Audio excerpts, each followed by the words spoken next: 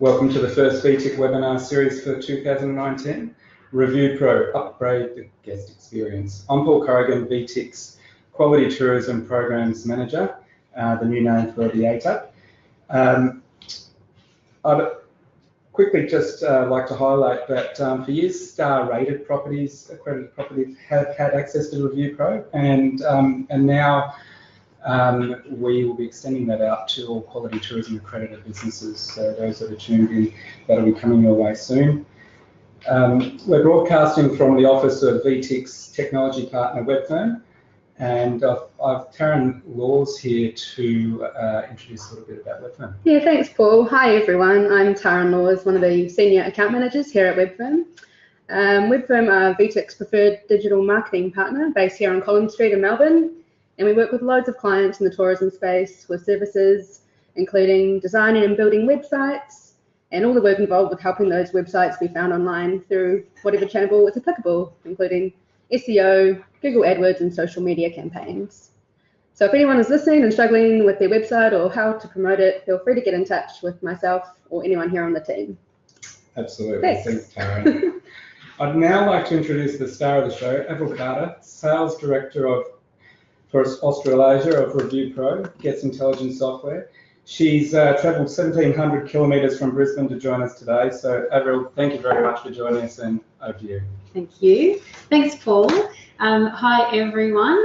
Thanks for joining, and I hope that you find today's topics useful. There's always a little bite of information that you can pick up along the way that hopefully will help you in your business. Thanks to VTIC for inviting me to speak today. We've had an association now with star ratings for quite a few years, so some of you on the call that may be star ratings members may already be familiar with ReviewPro, and as Paul suggested, that partnership's expanding now that they're falling under the ATAP and the ATIC program, so we're quite excited about that. So just as a quick introduction, just to let you know what we'll be covering today, we'll talk a little bit about just what is ReviewPro and what we do. Some general information about guest feedback and how that relates to the guest experience. I'm also going to share some of the latest review trends and data, specifically around the different review platforms like Google and TripAdvisor and so on that you may find interesting. We are going to do a small live demo of the ReviewPro dashboard to show you the kind of information that you can retrieve from this kind of solution and how it might help you in your business. Then lastly, we're just going to touch on some deeper sort of data solutions if that's something that might be interesting for you. We'll also invite questions. I believe that on this on the GoToWebinar, you should be able to toggle into the chat box and type your questions in as you go along. So feel free to pop those in, and at the end, we'll go through those questions. Usually, quite often they get answered along the way. So if there's any unanswered ones at the end, we'll try and cover those time permitting. Okay, so we'll kick off just with what is ReviewPro about and who are they. So we currently work with over 43,000 clients and partners in over 150 countries. We work with all different types of tourism operators, including hotels and restaurants, but also attractions, tour operators. We work with destinations and star ratings and accreditation programs. Obviously, the likes of VTIC is just one of them.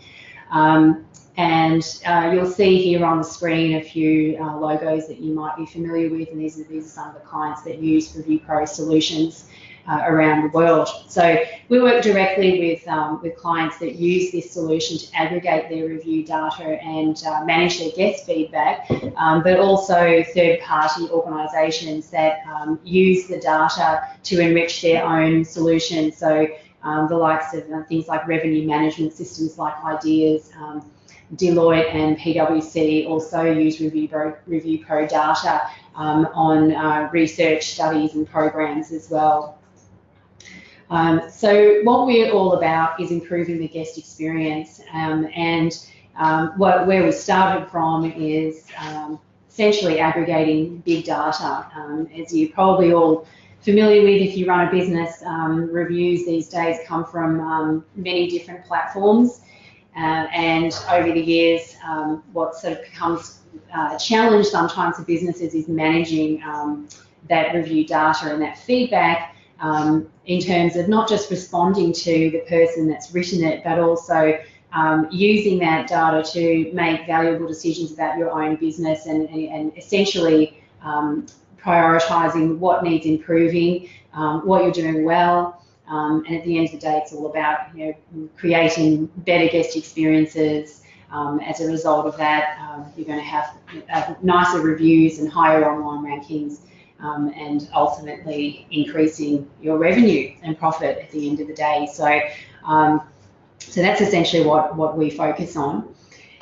Just to draw back to something interesting, it's a sort of interesting thing to ponder is about data. We all hear about big data and what's that all about.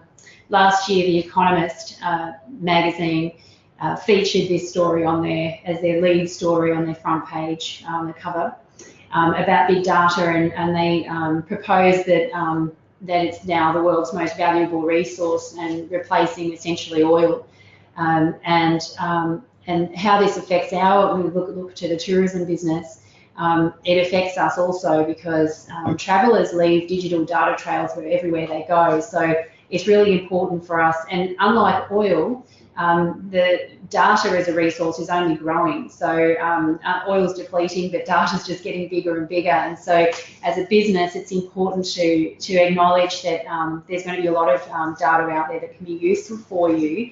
Obviously, not just we're not just talking guest experience feedback, but there's obviously a lot of data you have around your business and revenue and accounting and all sorts of other things. But it's interesting to sort of think about how it can be useful for you.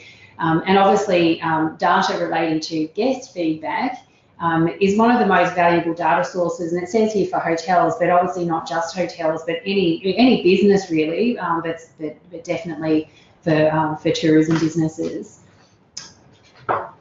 So what we see from working with tourism businesses around the world is that those that are really successful have had the ability to create what we would call a guest-centric culture. And what we sort of recommend is getting all staff obsessed with guest feedback and making guest satisfaction the primary goal of all your major business decisions and strategies. And this pictorial here is suggesting that the key is sharing that feedback and sharing that information with everyone. So with your frontline staff, with people that are behind the scenes, with people involved in sales and marketing, and so on. And being able to share that really helps staff, and it helps them helps resonate that what people are experiencing and then what they're providing is feedback. There is a correlation between the two, and sometimes there's a bit of a light bulb moment that happens in that when you focus on that. In terms of the revenue, the hard impact, obviously your reputation has an effect on your revenue, and this is something that we all knew. When reviews started growing and the proliferation of that, we know that generally we know that reviews will affect whether people want to come and stay or experience our product. That we look at these. This study was done a number of years ago now, and it was a bit of a landmark study at the time. It was completed by Cornell Hospitality, and they used ReviewPro data. So they used data from us looking at reputation. So in other words, what your online revenue scores for a big sample of businesses. And then they associated it with STR, which is a revenue benchmarking organisation. So they looked over time at businesses and looked at the correlation between their reputation score and their revenue. And the result was that essentially, if you can increase your reputation, so in other words, if you can get better review scores, it ultimately increases your business. So in a hotel sense, it's occupancy and RevPAR. but in other tourism businesses, it would come down to obviously your volume of guests or the number of people experiencing your product. So what's the GRI? So the GRI, what we've listed here, or the Global Review Index, is a online reputation score. ReviewPro, we actually introduced this score and algorithm, and it's an industry benchmark for measuring your online reputation. So how it's calculated, it looks over time at review scores across multiple platforms globally for individual businesses, and gives a score out of 100. So it gives you an idea of how you are tracking across different review platforms, and essentially what we would class as an online reputation score. So this is a slide that I put in to acknowledge responding to reviews, or what I would say is engaging with potential travellers. And quite often we get asked about this, and as a resource, ReviewPro, if you go to our website, there's a really great resource centre that has some really good content around general best practice for managing guest feedback, responding to reviews. So if you're thinking about sort of going back to basics and looking at adopting a response strategy, and how best to respond to positive or negative reviews, there's some really good tips in there. But I use this illustration as a good example. It's an Australian operator. It's actually a holiday park. It's based up in the Whitsundays. And they received this review because you can see they got 2 out of 10. It was reviewed on Google. And the guest was essentially complaining that they were visiting a family member at the holiday park and were asked to pay $20 to visit. So the management response I thought was a really good one. It pretty much ticks all the boxes of best practice in how to respond to reviews, acknowledging obviously their concerns. It comes across as very friendly. They talk about why they charge that amount, but more importantly, they use this as a sales platform. So they talk about all the amazing things they have at that holiday park. So they talk about the 30-metre heated swimming pool, the mega water slide park, the jumping pillows, the mini golf, the tennis court, and all the things that go into why they charge that. And at the end, after you're reading it, as a potential someone's going to go stay here, you've just gained a whole lot of additional information about that particular product to help you make your decision. So it's always nice to sort of have a look at some good examples of these kinds of things, and give ideas about how you can take these reviews and use your management response power to as a platform, as really a sales platform to to provide additional information.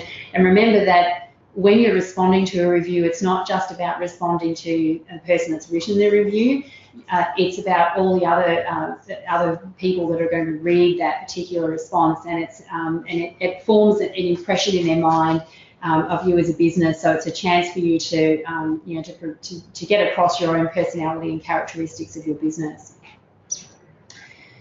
So I'm going to talk a little bit now about some latest trends with review platforms. And some of these slides are actually extracted from a recent webinar that ReviewPro did with a guest from Google, and some really good information that came out of it. I'm just going to share a little bit, but there is actually on our website in the blog area, there's a recording of the entire webinar. So if you're interested in learning a bit more about that, then I would highly recommend using that. And perhaps after the webinar, we're going to share some of these slides via email. So I know that Paul's going to share some of these with you, and we'll drop in some useful links so you can go straight to those things and watch those if you like in your own time. So we're talking about Google here. So with an estimated global market share of 92.3%, Google is the #1 search engine in the world and a major gateway for online travel planning. With tools like search, maps, and reviews, Google helps travellers discover new destinations and the ideal accommodation and seek out the best offers. Recently, as many of you probably know, Google has updated its travel products and introduced some new features. So for hoteliers, for example, and for tourism operators, it's essential to stay on top of these changes in order to ensure that the content travellers see on Google is an accurate and appealing representation of your business and your brand. So if you've noticed a spike in Google reviews for your business recently, then you're not alone. A ReviewPro analysis of over 22,000 hotels around the world found that Google reviews increased by 309% from 2016 to 2017, and by an additional 114% from 2017 to 2018. By comparison, Expedia review volume increased by 54% in 2018, Booking.com increased by 13%, and Hotels.com by 10%. Meanwhile, TripAdvisor review volume went down by almost 10%. So when it comes to review market share, Google represented off this sample an incredible 37% of review volume in 2018, more than any of the 166 review sources surveyed, including TripAdvisor, whose market share has shrunk to 12%. Obviously, this isn't to say that TripAdvisor is no longer important, and we certainly don't want to portray that.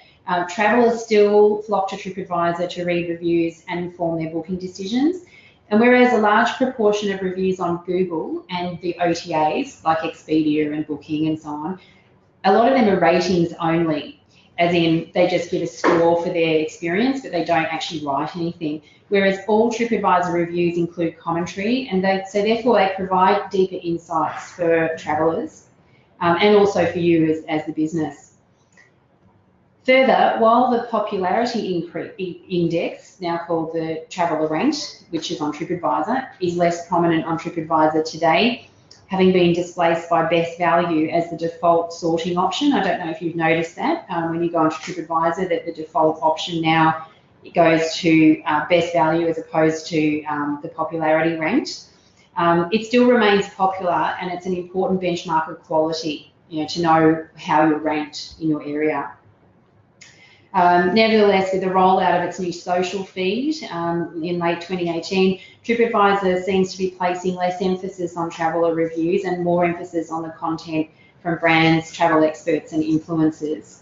Meanwhile, Google has enhanced its review product, making reviews more integral than ever to the search experience and actively encouraging users to review businesses. I'm sure that you've all seen that. Despite this shift, many hoteliers and tourism businesses still obsess over TripAdvisor, sometimes to the neglect of Google and other review sources. During this recent webinar we had, which is called Everything You Need to Know About Managing Google Reviews, only 20% of attendees said that they have a clear Google review strategy, and 15% said they do not manage Google at all. So that was kind of interesting, and we, that's something that we see is shifting. So despite the spike in review volume, the hotels in this sample are managing to keep up with their management responses. The previously mentioned study of the 22,000 hotels found that hotels responded to 42% of respondable reviews on Google in 2018. And that's consistent with other major review platforms like TripAdvisor and Booking. So here we can see, this is a snapshot from our dashboard, the ReviewPro dashboard, and I'm going to show you in the live demo shortly. But this is just a snapshot for a group of 160 hotels. What's interesting here is that to see the relationship between the top 3 review sources, so Booking.com, Google and TripAdvisor. This is a trend we see time and time across the globe. Booking.com tends to be the largest review source. Google is the fastest growing, but TripAdvisor is still so important in terms of the buying cycle and the purchasing decision. Although depending on date ranges used, Google can often be the #1 review source in terms of volume. So it just depends on the business. Some now are having Google as their #1, and of course, if you're an operator that doesn't distribute your product on Booking, then obviously that's not in the equation. So Google and TripAdvisor are probably going to be your top two. In the case of understanding how review distribution impacts the business, these hotels would need to really ask themselves why, for example, their booking.com index is 1.5% higher compared to their TripAdvisor index. This is not really supportive of a book direct strategy and would require further analysis to gain a better understanding of why their booking.com guests are so much more satisfied than those that are leaving reviews on TripAdvisor. The next important to note here is the review volume change between these sources. So year to date, their Google reviews have increased by 117%, while TripAdvisor review volume has decreased 18%. And the final point to note here is the relationship between review sources like Booking, Google and TripAdvisor, and how this is constantly changing and evolving. Who knows what these big tech giants are planning in the background and what their strategy is for 2019 and beyond. But this is why it's really important as a business that you keep updated with these changes and understand how your review landscape and distribution impacts your business. So in terms of responding, now more than ever, I think it's really important to have implemented a management response strategy for your business. With the rise of review volume, you may need to tailor your management response strategy to match your resources to ensure you're responding to the right reviews and using your resource in the right way. In other words, sometimes it's just not feasible or possible to respond to 100% of reviews, and many businesses these days tailor their strategy around what their focus is. Within the ReviewPro platform, you can actually customize your filters to define your own management response strategy. So for example, I want to respond to say 100% of negative reviews, 75% of say neutral reviews, and 60% of positive reviews, and only from say Booking, Google and TripAdvisor. So when you set that as your strategy, then when you're measuring how you're doing against your strategy, you have a correct measurement. So that's important. So does that mean as a manager you can, if you've got someone else that's responding to reviews, you can see how they're targeting? Correct, yeah. So if you have delegated responding to reviews to someone else within your organisation, or sometimes actually you hear of people outsourcing it as well, and you want to track how they're doing, you can then use this tool to track how many reviews have been responded to, but you can also then set the strategy according to the target that you set them, and then benchmark them according to that. Right, so we're ready to just jump into a live demo. So just excuse us while we just jump into a live website and share a different screen so I can show you what the ReviewPro looks like.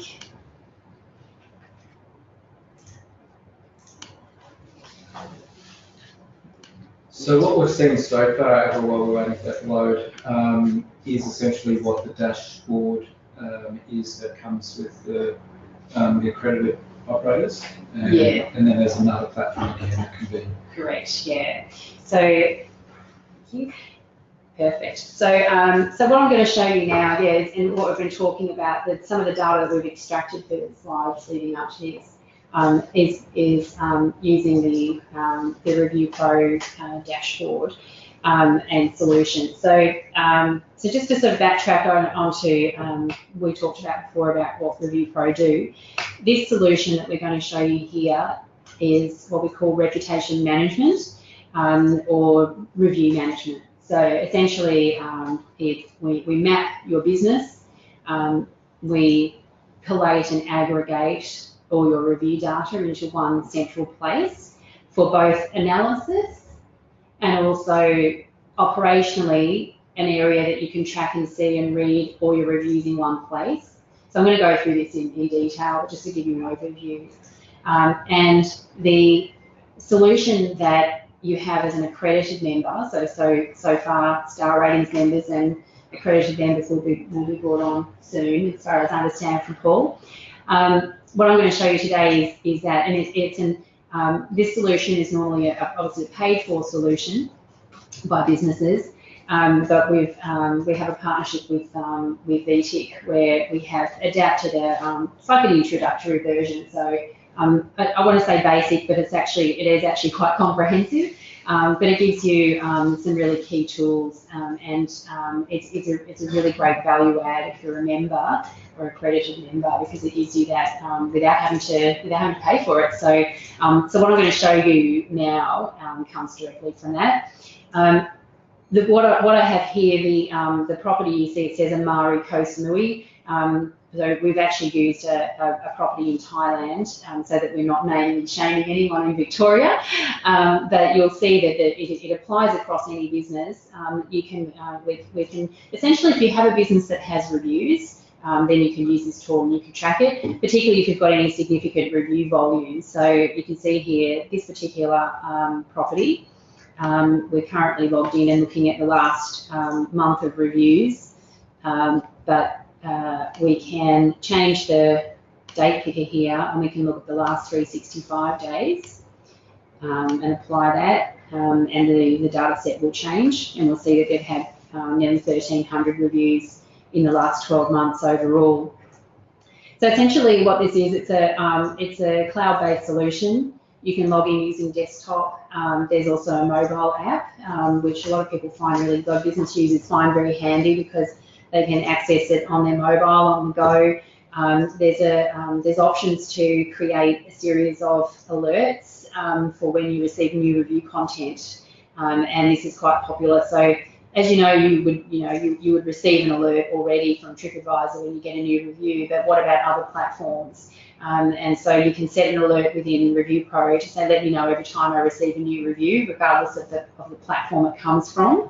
So you can have that alert come to your mobile or to your email, or you can tailor it down a little bit further and say, just show me alerts for when I get negative reviews or something like that. So platforms that work? So we currently track over 180 review platforms globally. Wow. And obviously in different parts of the world, there's always like the key ones, obviously Google and TripAdvisor and the OTAs. And then there are some parts of the world where they have certain review platforms that are really important in, say, Germany, but maybe in Australia they're not. So we'll see those. So you'll see that if you have review content on them, yes, you'll see them. If you don't have review content on them, then you don't see them. So the majority of businesses, like for hotels, and most of them are seeing probably about, I'd say an average of maybe 20 review channels. Mm-hmm. And for operators a little bit smaller, because obviously you don't have all the online travel agents. But it must be amazing for, say, a ground tour operator to find that they've got a review in a country that they had no idea that someone's come on there. Yeah, definitely. Sure. Yeah, for sure. It's a good. Sometimes it just sort of jogs you into remembering to check out the reviews, and certainly when something's come from somewhere that you didn't realise, and this is the feedback that we get quite a lot from operators say, I didn't, for example, Google, it's something a lot of people didn't realise they were getting so many reviews from Google until they access the platform and getting alerts. So you can access it from either desktop or mobile. Once it's set up, so once you have access to your business on ReviewPro, you have historical data as well. So even if you're set up today, once we map everything, we usually generally go back 3 years in historical data. As long as the review platform, such as Google and TripAdvisor, are still showing 3 years of historical data, and as long as you have reviews that go back that far. And then moving forward, obviously it tracks all your new ones and adds it into the equation. So on the left-hand side, you have a menu of options under your reviews. So there's a dashboard for sort of high level. So we're going to go through these one by one. There's a results area for more detailed analysis. There's a tracking area that shows all your individual reviews. There's a management response tab, which is analysing and giving you deeper information about your management responses. So, how many you've replied to, how many you've replied to by channel, by review type, and so on.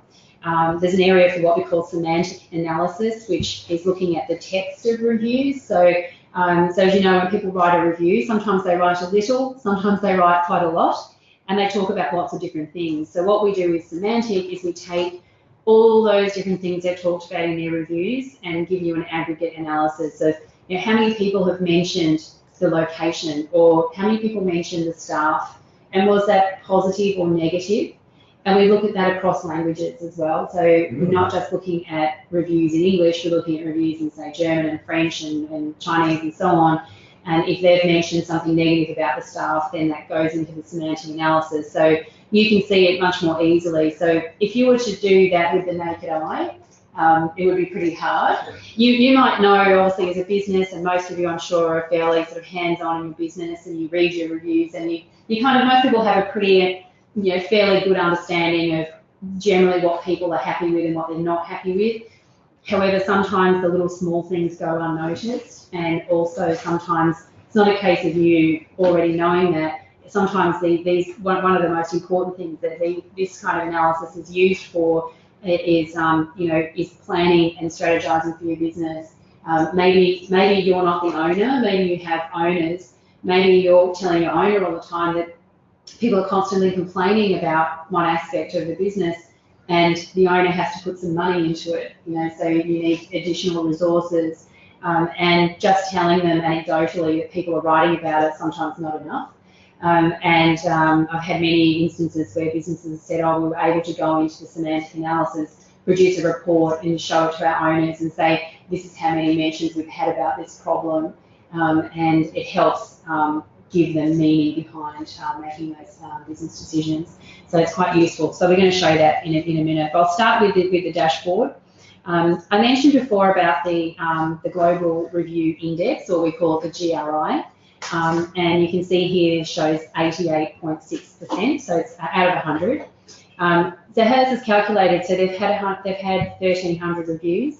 So each of those reviews have a score, and as you know, different platforms have different scales. So on TripAdvisor, the score is out of 5.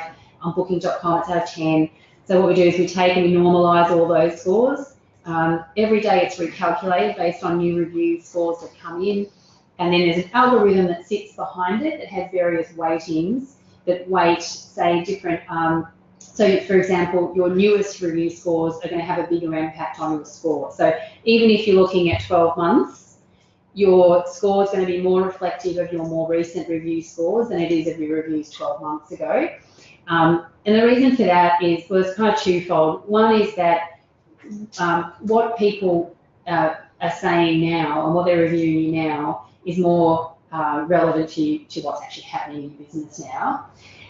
But also how people use reviews, how a consumer or a traveller will use reviews, is that they tend to put more weight themselves on more recent reviews. Like I'm sure you're all the same. Like when I read reviews for a restaurant or a hotel or something, I'll generally read the more recent reviews, and then reviews that have maybe written 6 months ago, you tend either not to read them or you don't take them as serious. You know, you don't place as much importance on those, but it is still important because that still you know comes into your overall experience. So that all sits behind the index, and it gives you a good overview of how you're doing as a business. And then you can start tracking over time. So you can see just a little grey button underneath there, minus 0.5, is the comparison to the previous period. So you can change this. So if you're looking at a month, you can look to compare previous months. You can compare school holidays to school holidays. You can customise it. And you can see that, so they've actually declined a little bit, not much. They're fairly consistent. And overall, that's a pretty good score. You can see that the colour around here is green, which we would class as a positive score. If it was showing as orange, it would be what we would class as a neutral score. So it's kind of a bit of a in-between score. People are not displeased, but they're not amazed. So that sort of counts as a neutral. And then obviously, if it was red and you had a really low score, you'd be in the negatives. You can set a goal. So maybe as a business, you might decide that you want to try and achieve 90% GRI. And over time, once you start seeing your scores, you'll get an idea of how quickly you can change that based on new reviews that come in.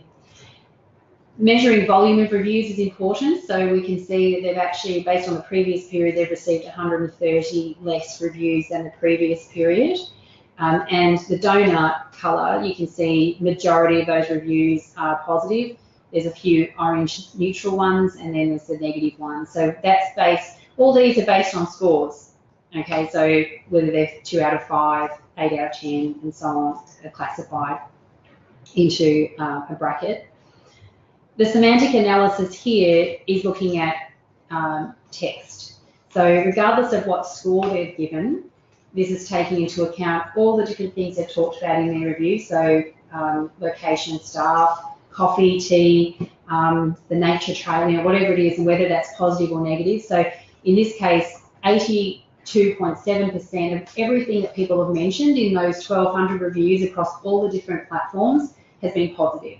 So that sort of actually probably sits very much in line with their scoring. Sometimes you see a real difference between the semantic and the scoring, and that's really important to know because, as you probably know from reading reviews about your business, sometimes people will write quite a glowing review, or what you think is a glowing review, but then they kind of score quite harshly. Yeah, and you think, why have they scored us harshly when they've actually written? So the semantic will take that into account, and sometimes it's the other way. Sometimes they've given you quite a good score, and then when they've written the review, they've started picking holes and started, but it's important for you to know, because if you're just taking into account the score, you haven't taken into account that there's quite a lot of things that they've mentioned that could be improved on.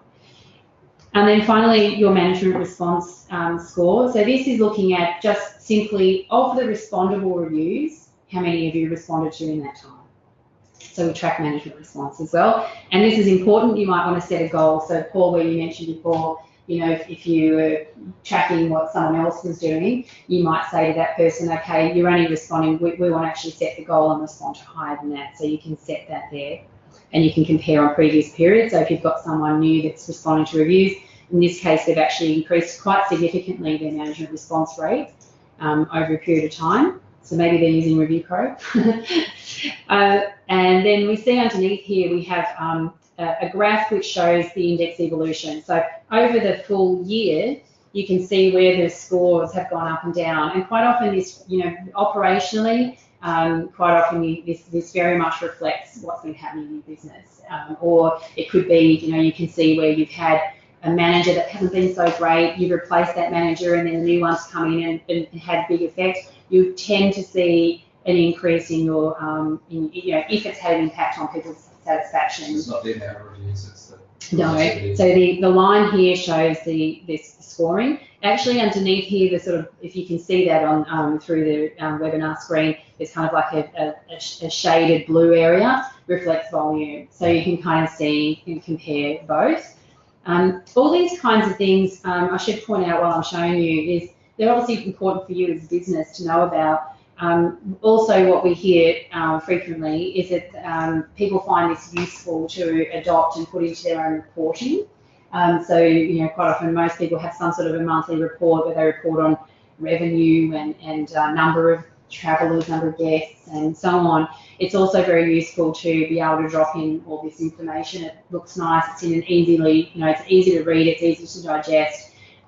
The other use is really useful for if you, and having gone through the process myself, I know is that you can use this really well for when you're doing award submissions. Mm-hmm. So if you're entering the VTEC Awards and you're putting an award submission in, as you know, it's quite involved, and being able to provide information that's kind of unbiased and something that's been adapted and looked at over a certain period of time, you can go in and actually grab some of this information and show, how engaged are you as a business? Well, here's our management response rate.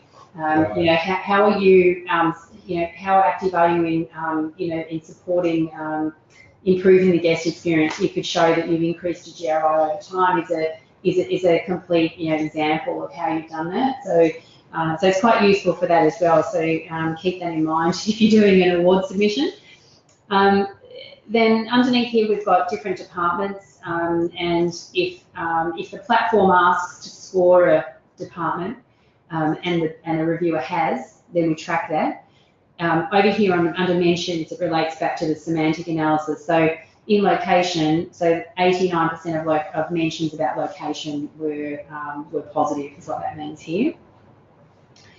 As we move up, we see a little tag cloud, which we call the key drivers of the GRI, which is that global review index I mentioned earlier. So this is looking at overall what's driving that score. So and if it's a positive or neutral or negative influence. So for example, TripAdvisor is having a positive influence, reviews in English. So in other words, in the English language, because we track all different. So if you had, for example, reviews in German language, and they were all quite negative, that would actually show up here as a red and German, and you'd know that some of your German reviews were having a negative influence.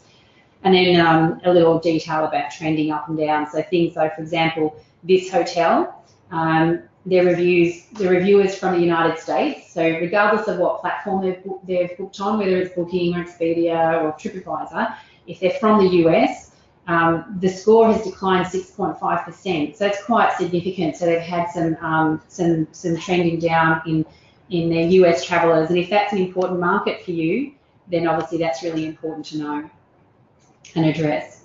So scrolling down into results, we're looking a little bit deeper now at some of this information. And the sources, this is, we showed you an extract earlier from a group, and you can see here for this hotel, we can see over the total year period, TripAdvisor is actually their biggest source of reviews, and Google is second biggest, and then Booking. So they're kind of bucked the trend in a way, because we talked about Booking generally we're seeing as the biggest. But maybe this hotel has a good direct strategy and they're getting a lot of business directly. And maybe they've got some sort of strategy in place to grow their own Google review volume. You can see that Google is having the biggest increase in volume, and TripAdvisor has declined, but not significant. It's declined by 28 reviews over a year. So they've had 28 less reviews on TripAdvisor this year than they did the previous year, whereas they've had 107 more Google reviews this year than they did last year. So that's what that means.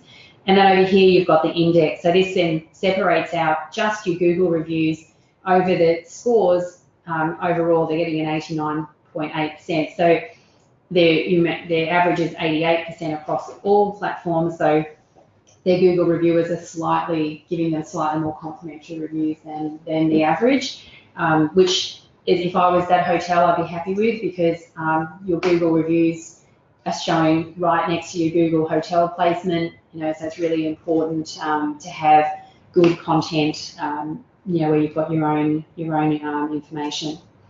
Some other interesting info in here. We basically replicate your TripAdvisor score and ranking and things. So we don't manipulate this data. It's really just replicating where you're at. Recommended. So if the platform asks the reviewer, would you recommend? Then we track it. Not many platforms do this. You can see on here, Holiday Check, it's actually a German review platform, C-Trip, and so on. So only if they, we can only track what the review platforms ask. And then we also break down by language and culture, and country. So we can see the biggest volume of their reviews for this property in Thailand is English, and followed by German, and then Hebrew, Chinese, French, and so on.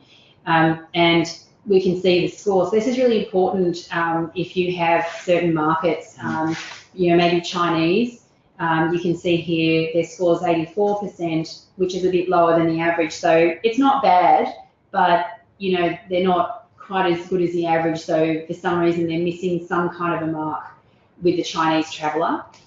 And likewise, we can go by country. So you should probably know, so reviews are written in obviously certain languages, right. So we can analyse that way, but we also know which country they're from.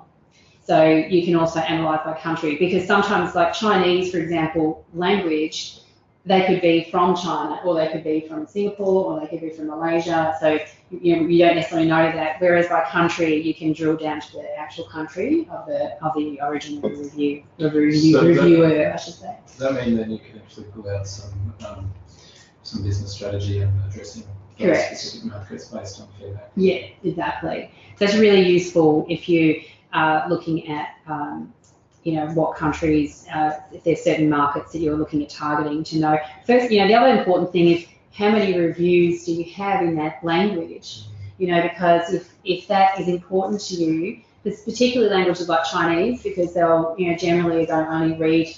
If there's reviews in their own language, they're going to preference reading those over well, they might not even be able to read English, or they might just preference the Chinese language reviews. They might go into many people use review sites and they'll actually just go straight in and they'll just literally filter by their own language. So if you don't have any reviews in the language, then quite often you're out of the mix.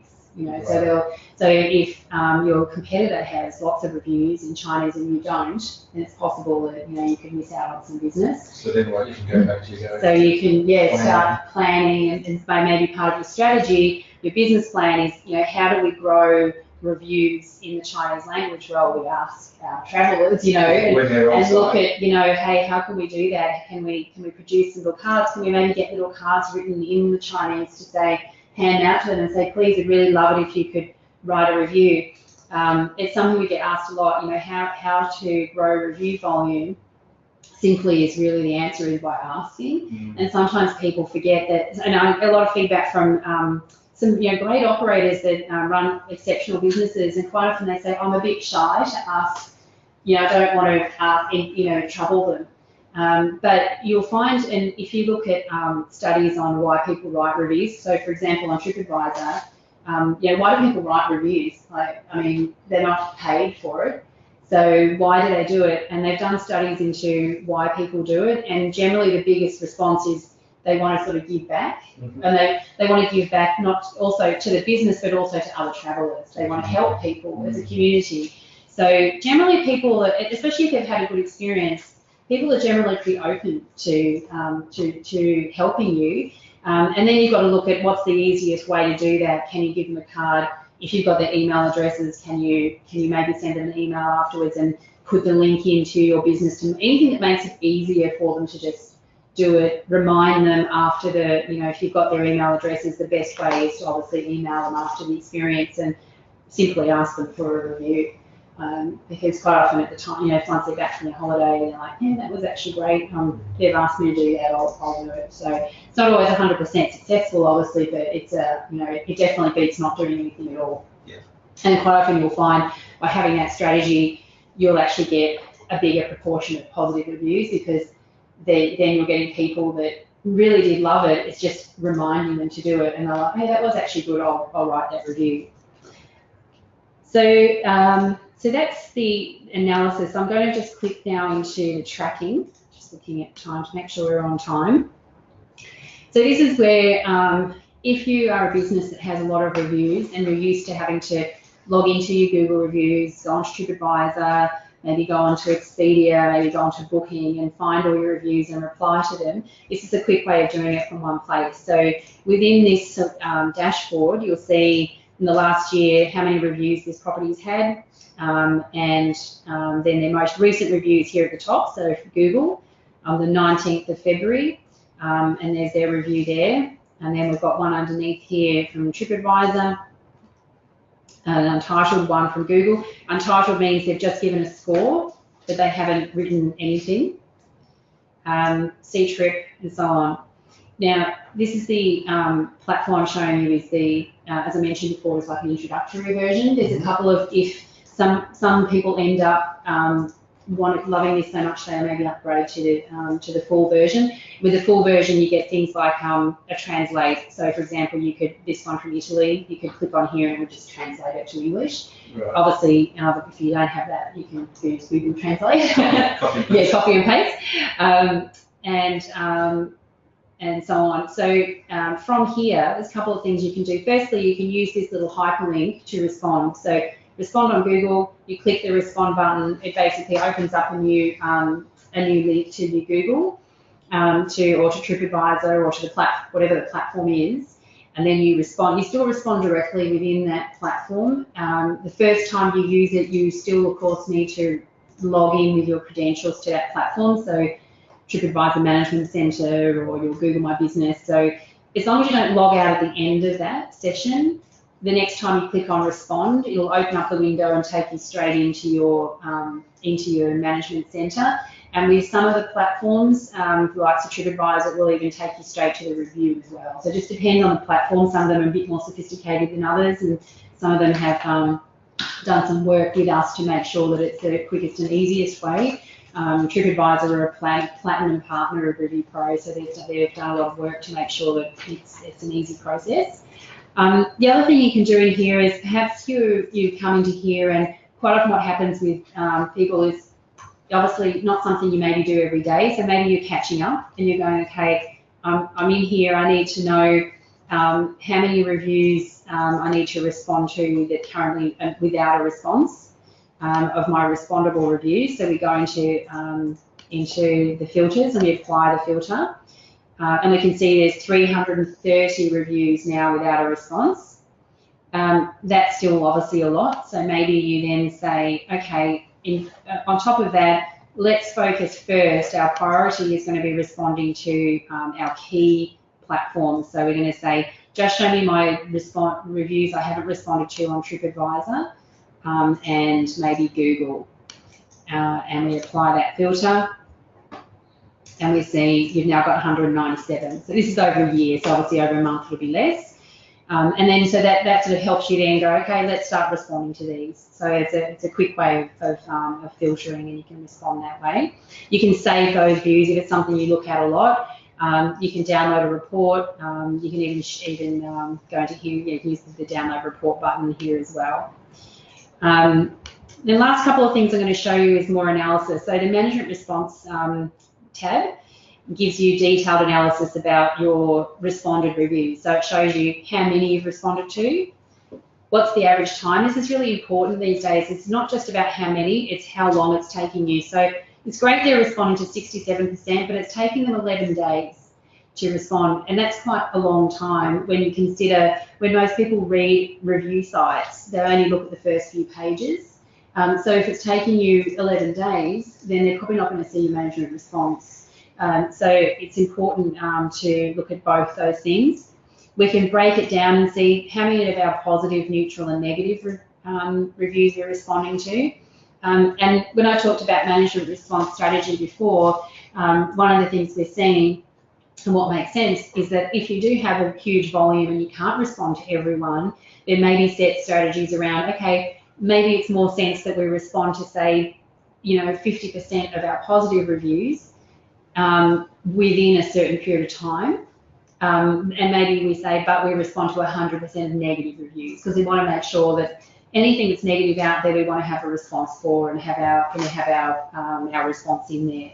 So that's a way of being able to track that. So back to Paul's question before about if you were giving someone else the instruction to do this, that you can actually track how they're doing. And we can also see by channel. So there could be gaps here. We see, for example, this property is actually pretty good. They're responding to a lot, but sometimes you see, so for example, Google they're responding to 66%, but quite often you see that they're responding to 100% of TripAdvisor, but 0 with Google. So that's a gap that you can spot as well. I don't want to go too much into the upgraded version, but just in case you had the question in your mind, with the full version, if you want to get a bit more deeper, you could also track all your competitors. So you can track 5 competitors, so you could see everything I've shown you. You can actually track on your competitors as well.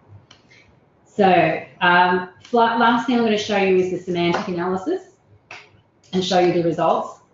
So this gives you a snapshot of what people are talking about. So when I talked before about those things like cleanliness, service and so on.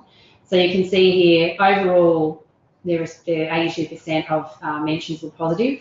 But if we look a bit deeper, we can see in terms of food and drinks, 90% of mentions and there was a lot of mentions. It was 922 mentions about food and drinks were positive.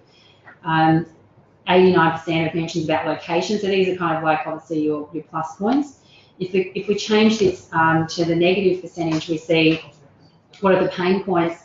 Things like the bathroom and technology. So bathroom, nearly 60% of mentions about the bathroom were negative. So this is where I was saying before about maybe that you've got issues with your bathroom and maybe this property needs an upgrade, maybe they need, maybe it's cleanliness, something like that. But this is something you can use to highlight exactly where those issues are.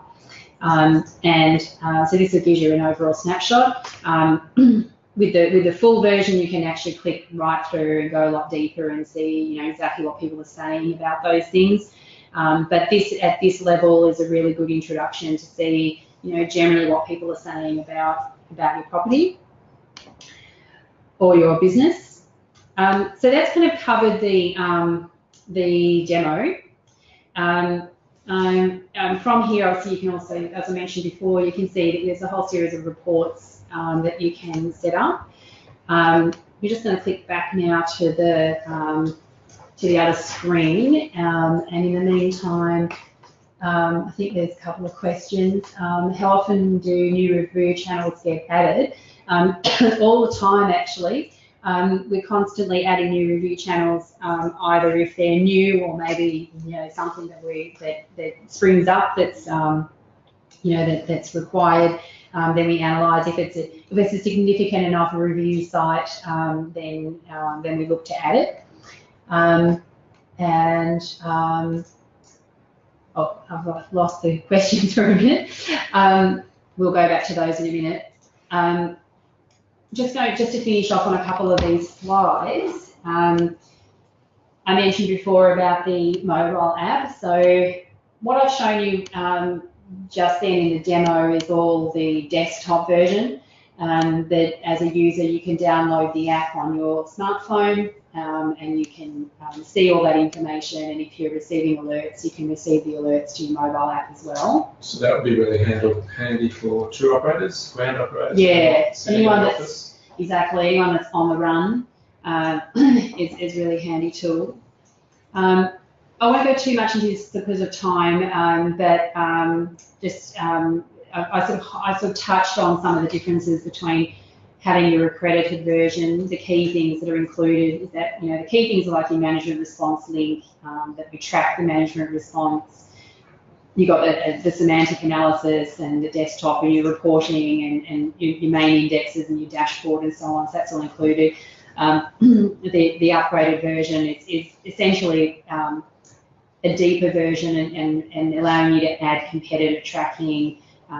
And there's also a facility to publish selected and publish reviews to your website and so on. But if anyone's interested in looking at the difference, they can get in touch. And usually what we do is I'm responsible for here in Australia, so I would then get in touch with you, and we can do like a demo personally over the phone, so I can show you the differences. So with that upgraded version, that competitor analysis, does that literally look at how you can put in a business? Yeah, so you would, with your competitor analysis, you're able to track 5 competitors. So they don't have to be local. They can be anyone really. You might be like an attraction, and there might be in Victoria, and you might benchmark yourself against, I don't know, walking to a company in Tasmania, for example, and that could be one of your competitors. And so essentially everything that I've showed you in terms of the semantic, the indexes and everything, you can compare your indexes versus your competitors. So you can see what they're you can see how they're scoring, the semantic, how many mentions have they had about their staff and what their percentage. So it's very useful because obviously this is a benchmarking tool, so it's good to know that.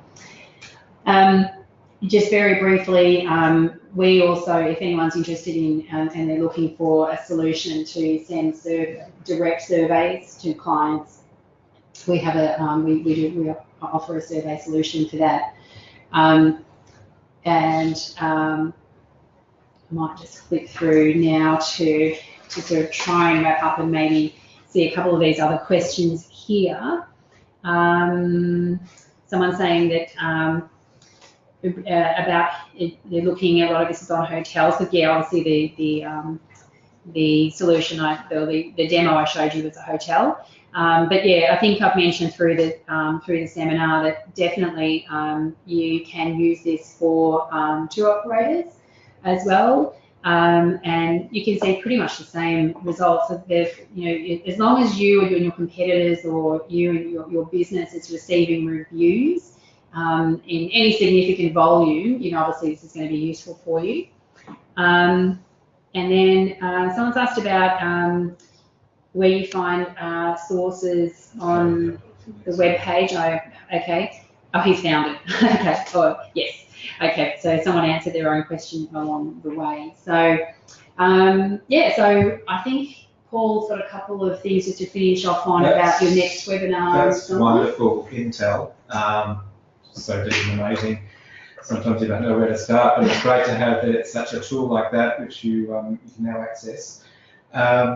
So thank you very much, Avril. We really appreciate that. I'm sure everyone that tuned in does too, to get a bit more understanding on ReviewPro and the power of the guest intelligence management. Now just flipping over to what's come out next. So same date, Wednesday 20th of March, we have Skills of the Visitor Economy as our next webinar, and more detail will come soon. So same date, different time, back to 10:30. We made it for 12 o'clock today, just simply because of all the accommodation providers could tune in between checkout and check-in. And a couple of other highlights for coming up is VTIC is our Visitor Economy Forum. Please register. We have well over 400 people registered to attend, so if you're thinking about it, get in before it sells out. That's the Visitor Economy Forum with our update and Tourism Australia in the afternoon. 26th of February, most of the day. 6th of March is our Spotlight and Member Series. This time we'll be at the Melbourne South Observation Wheel in the evening there. And then Victorian Tourism Conference will be coming up mid-July this year, and at the Visitor Economy Forum, the venue will be announced. Thank you very much, and goodbye.